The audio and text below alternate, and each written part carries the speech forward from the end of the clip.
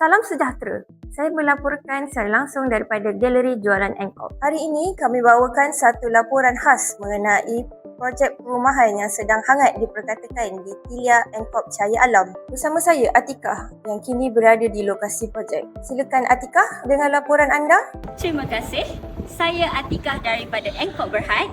Ketika ini saya berada di Tilia Angkop Cahaya Alam yang terletak di Stesen U12 Shah Alam.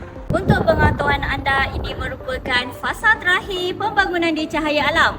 Ini bermakna ini peluang terakhir anda untuk memiliki kediaman di sekitar sini.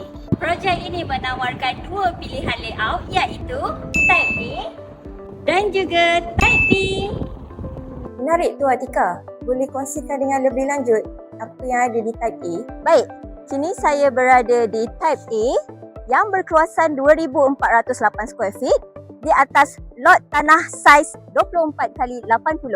Ia menawarkan 4 bilik tidur dan 3 bilik air sesuai untuk keluarga yang sedang berkembang. Yang paling menarik, unit ini mempunyai keluasan lebihan tanah belakang sehingga 10 kaki sesuai untuk extend dapur ataupun mini garden. Wah, memang praktikal. Bagaimana pula dengan Type B yang ramai orang tanya tu? Untuk Type B pula, keluasan dia lebih besar. Ia bermula daripada 2,700 square feet.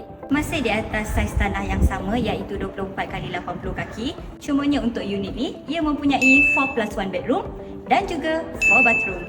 Sangat ideal untuk mereka yang berkeluarga besar atau memerlukan ruang tambahan. Unit ini juga mempunyai mini courtyard dan juga lebihan tanah belakang sebesar 5 kaki. Wow, menarik. Jadi apa kelebihan utama projek ini Atikah? Antara kelebihan projek ini, ia merupakan individual title di mana owner bebas untuk membuat sebarang renovation subject to authority approval. Yang lebih menarik, developer juga menawarkan free SPA, free MOT dan juga extra rebate.